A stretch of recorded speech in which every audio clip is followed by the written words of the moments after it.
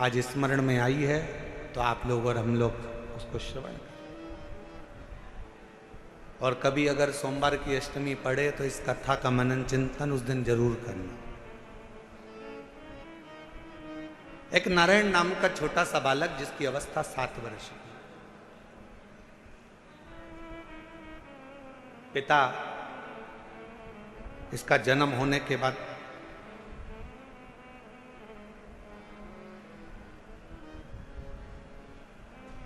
किसी गलत मार्ग में चले गए और किसी अन्य स्त्री के साथ रहना चालू कर दिया। नारायण अपनी मां के साथ में रह रहा है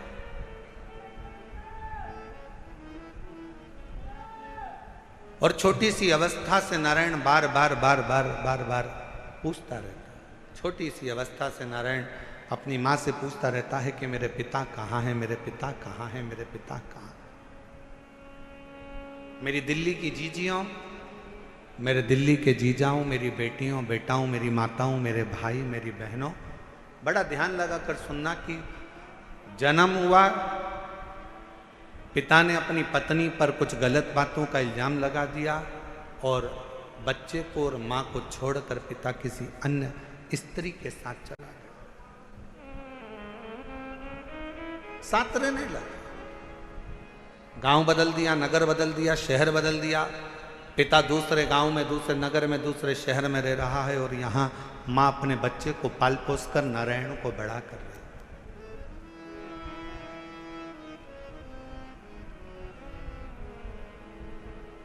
छोटा सा बच्चा जैसे जैसे बड़ा हो रहा है, छोटा सा बच्चा जैसे जैसे बढ़ता जा रहा है, वैसे वैसे अपने पिता के बारे में पूछता जा रहा है। मां मेरे पिताजी कहाँ है, मां मेरे पिताजी कहाँ है।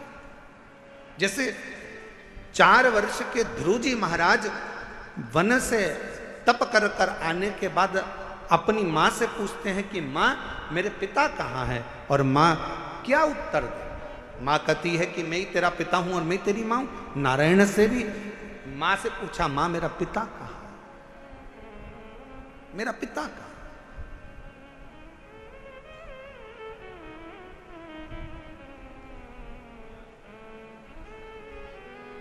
एक दिन गुस्से में आकर मां ने कह दिया, क्या पिता पिता पिता पिता पूछता रहता है, क्या दिन भर पिता का नाम लेता रहता है। मैंने तुझे पाल पोस कर बड़ा करा, कभी मेरा भी नाम लिया कर, क्या पिता का नाम लेता। सोमवार की अष्टमी की कथा कहती है कि पिता का नाम लेते हुए बच्चे को मां ने एक दिन खूब डांटा, खूब फटकारा, पर बेटे की चित्त वृत्ति से पिता का स्मरण जाता नहीं, पिता का स्मरण नहीं जाता। मां मेरा पिता कहाँ है, बच्चे ने फिर चित पकड़ी। आखिरी में मां ने तुरंत चिल्लाकर कह दिया, पिता पिता कहता है, ये सामने जो पत्थर पड़ा है, सामने जो भाटा पड़ा है, सामने जो कंकर पड़ा है, सामने जो पत्थर पड़ा है, यही तेरा पिता है।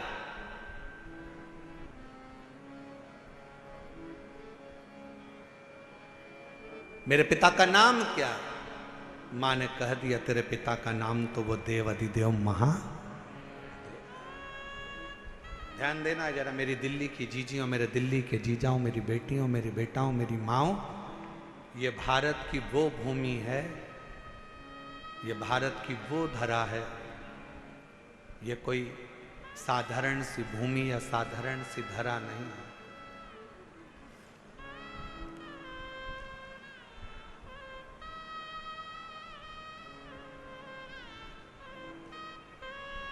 सात द्वीप, 245 देश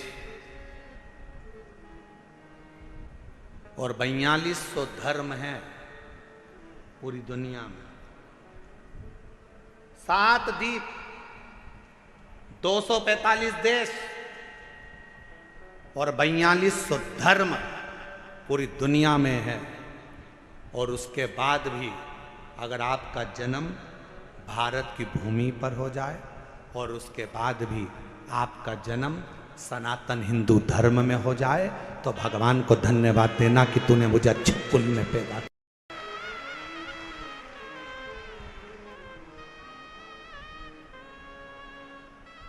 छाती तान कर चलना कि सनातन धर्म में तुम जन्मे हो।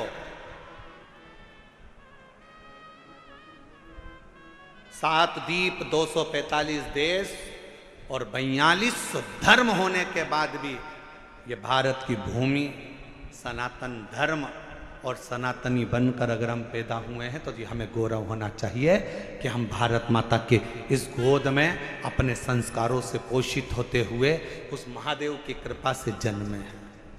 उस महादेव की कृपा से जहां हम अपने रिश्तों को पहचानते हैं, अपनी माता को माता कहते हैं, पिता को पिता कहते हैं, भाई का संबंध रखते हैं, बहन का संबंध रखते हैं, काका काकी का संबंध रखते हैं, नाना नानी का संबंध रखते हैं। सारे रिश्ते हम निभा कर चलते हैं।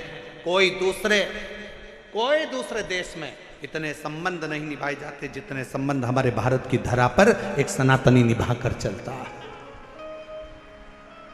भारत की भूमि पर एक सनातनी निभा कर चलता है।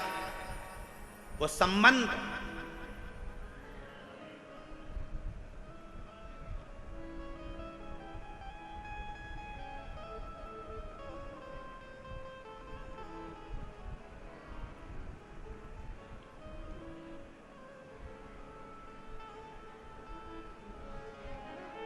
और कोई अच्छे संबंधी तो हैं तुम्हारे?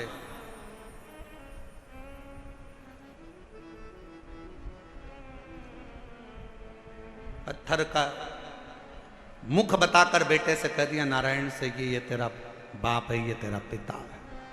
शिव महापुराण की कथा क्या करती है? शिव महापुराण की कथा ने करा क्या?